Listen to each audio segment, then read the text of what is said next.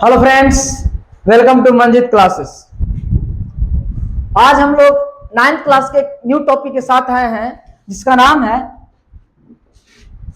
जीवन की मौलिक इकाई कोशिका। आज हम लोग कोशिका के बारे में विस्तृत अध्ययन करने वाले हैं।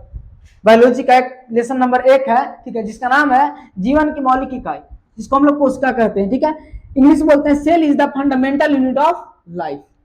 हम लोग पूरा, ठीक है, कोशिका के बारे में संपूर्ण जानकारी लेंगे, ठीक है, इसलिए लास्ट तक जरूर देखें। पहला बोलता है कि सर कोशिका होता क्या है। कोशिका होता क्या है, बोलता है शरीर की संरचनात्मक एवं क्रियात्मक इकाई को कोशिका कहते हैं। किसी भी सूक्ष्म जीव या जीव हो, ठीक है, वो एक कोशिका से बना है। हमारा जो पूरा जीवन है, हमारा जीवन ही पनपा है मात्र एक ही कोशिका से। इसीलिए बोलता है कि जीवन की संरचनात्मक एवं क्रियात्मक इकाई को क्या कहते हैं, कोशिका। Cell is the basic unit of life. हमारा जो कोशिका है, ठीक है, कौन, कोशिका, वो जीवन का आधारभूत इकाई है। पूरा शरीर का निर्माण सिर्फ मात्र एक कोशिका से हुआ है। अब सर जरा जानेंगे कि कैसे कोशिका से हुआ है, ध्यान दीजिएगा, ठीक है। मान लीजिए ये कोशिका है, सपोज दैट ये एक सेल है। अब बहुत सारे सेल आपस मिलकर, ठीक है, निर्माण करते हैं टिश्यू, हिंदी बोलते हैं ऊतक। अब बहुत सारे ऊतक मिलकर निर्माण करते हैं अंग, इंग्लिश में बोलते हैं ऑर्गन। और बहुत सारे ऑर्गन्स मिलकर निर्माण करते हैं ऑर्गन सिस्टम। और बहुत सारे ऑर्गन सिस्टम मिलकर बनते हैं बॉडी, एक शरीर।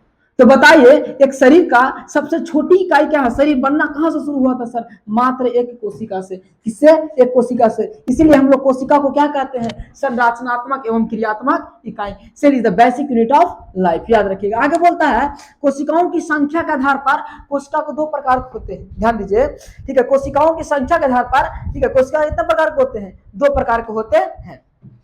पहला बोलता है कौन कौन, पहला है एक कोशिकीय, दूसरा का है बहुकोशिकीय। इंग्लिश में बोलते हैं यूनिसेलुलर और दूसरा बोलते हैं मल्टीसेलुलर। अब सर एक कोशिकीय किसे कहते हैं और बहुकोशिकीय किसे कहते हैं, आइए हम जानते हैं। पहला बोलता है कि एक कोशिकीय जीव किसे कहते हैं, ध्यान से समझिएगा।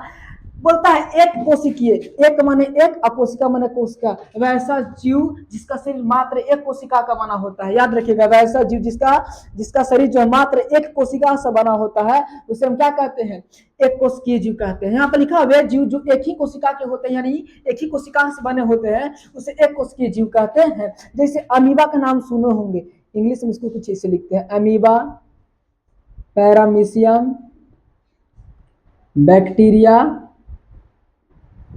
जिसको हम हिंदी में जीवाणु भी कहते हैं, याद रखिएगा, ठीक है। बैक्टीरिया हिंदी में जीवाणु, ये सब जो है एक कोशिकीय होते हैं। इनका पूरा शरीर मात्र एक कोशिका से काम करता है। जैसे हम लोग के सर के अलग अलग ऑर्गन सिस्टम है, अलग अलग अंग तंत्र हैं जो सब चीज का काम करते हैं। लेकिन अमीबा में मात्र एक कोशिका ही पूरे शरीर के सभी फंक्शंस को संभालता है। आगे बोलता है, ठीक है सर, बहुकोशिकीय। बहु माने याद रखिएगा, बहुत मनी। बहु माने क्या रखना है, बहुत मनी। जब ऐसा जीव जिसका शरीर बहुत सारे कोशिकाओं के मिलने से बनता है, यहाँ पर लिखा हुआ है वैसा जीव जिनका शरीर अनेक कोशिका, अनेक माने बहुत सारे कोशिकाओं से मिलकर बना होता है, उसे क्या कहते हैं, बहुकोशिकीय जीव कहते हैं। याद रखिए, जैसे सर मनुष्य, जितने भी मेमेलियन वर्ग के जंतु हैं, मेमेलिया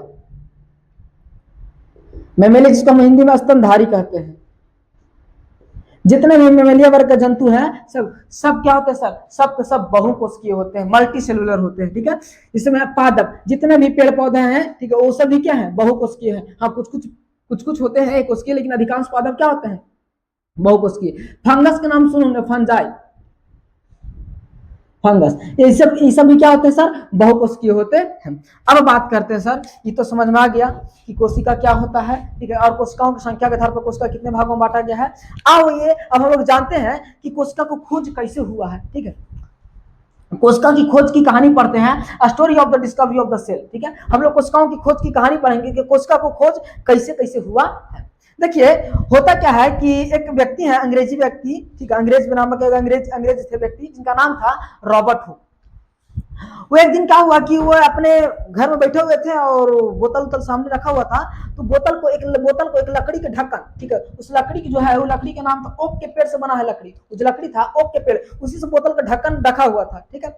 और भाई वैज्ञानिक के तो खुराफाती आइडिया लगाते रहते हैं, तो बैठे तो बैठ के अचानक देखे तो उनका नजर अचानक उस कॉक पे गया, बोतल के ढक्कन पर गया, उसको उठाए और उसके पतला परत छीने, पतला परत छीने। और उस समय इलेक्ट्रॉन सूक्ष्मदर्शी का खोज नहीं हुआ था, संयुक्त सूक्ष्मदर्शी था, याद रखिएगा, संयुक्त सूक्ष्मदर्शी, सूक्ष्मदर्शी इंग्लिश में बोलते हैं कंपाउंड माइक्रोस्कोप, माइक्रोस्कोप, ठीक है, संयुक्त सूक्ष्मदर्शी था उस समय। संयुक्त सूक्ष्मदर्शी, इसका जूमिंग पावर बहुत कम था, उतना ज्यादा जूमिंग पावर नहीं था, जिसके कारण हम लोग कोशिकाओं को तो विस्तृत अध्ययन नहीं कर सकते थे, ठीक है। तो उस उठाया और कंपाउंड माइक्रोस्कोप के सामने ले गए हैं, तुमको एक अजीब संरचना दिखाई दिया, कुछ इस तरह से उसका उनको एक अजीब संरचना दिखाई दिया, ठीक है। बोलता है, देखिए यहाँ पर, सर्वप्रथम 1665 ईस्वी में एक अंग्रेजी वैज्ञानिक रॉबर्ट हुक ने मृत कोशिका की खोज की। यही अपने आप में वीवीआई पॉइंट बनता है कि पूछेगा रॉबर्ट हुक ने किस कोशिका खोज किया था सर, तो मृत कोशिका के सबसे पहला खोज किसने, इन्हीं को दिया जाता है, क्योंकि अब भाई जीवित हो चाहे मृत, लेकिन कोशिका का खोज कौन किए थे, रॉबर्ट हुक किए थे, याद रखिए कौन, कब 1665 ईस्वी में सर, एक अंग्रेजी वैज्ञानिक थे जिनका नाम क्या था, रॉबर्ट हुक किए थे। कैसे किए, देखिए लिखा हुआ है, रॉबर्ट हुक ने बोतल के कॉक, जिसको ऑक के पेड़ से प्राप्त किया जाता है, कि पतली काट में अनेक सूक्ष्म मोटी भीति वाले मधुमक्खी के छत्ते जैसे, पूछेगा आपसे, ठीक है, कि सबसे पहले रॉबर्ट हुक ने जब कोशिका को देखा था तो उनका संरचना कैसा लौका था, याद रखिएगा, मधुमक्खी के छत्ते जैसे कोठरियां दिखी। देखिए तो क्या नहीं लुक रहा, मधुमक्खी के छत्ते जैसे कोठरियां इसमें, ठीक है। देखिए जिसे क्या नाम दिया गया, सेल नाम दिया गया, किसके क्या नाम दिया गया, सेल। तो पूछेगा आपको से कि बताइए कि कोशिका का खोज कौन किया, तो रॉबर्ट हुक कब 1665 में। बोलता है आगे, ये हमारा कोशिका है, ठीक है। अब बोलता है इसका अंग्रेजी शब्द सेल, लैटिन भाषा, ध्यान दीजिएगा, जो अंग्रेजी शब्द सेल है, लैटिन भाषा किससे आया, लैटिन भाषा से सेल्यूला से आया है, लैटिन भाषा किससे, सेल्यूला से आया है, याद रखिएगा, लैटिन भाषा सेल्यूला से आया है। इसका अर्थ होता है, सेल्यूला का अर्थ होता है छोटा कमरा, क्या होता है, छोटा कमरा, देखिए छोटे छोटे कमरा ना है, ठीक है।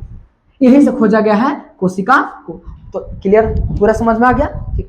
आई होप ये वीडियो पसंद आया होगा, इसकी पूरी जानकारी हम अगले पार्ट में लेके आएंगे, ठीक है। तब तक लिए इतना नोट कर लीजिएगा, पढ़ लीजिएगा, ठीक है। समझ में आया होगा तो लाइक शेयर सब्सक्राइब कमेंट, अगर कोई दिक्कत होगा तो कमेंट जरूर कर बताइएगा। धन्यवाद।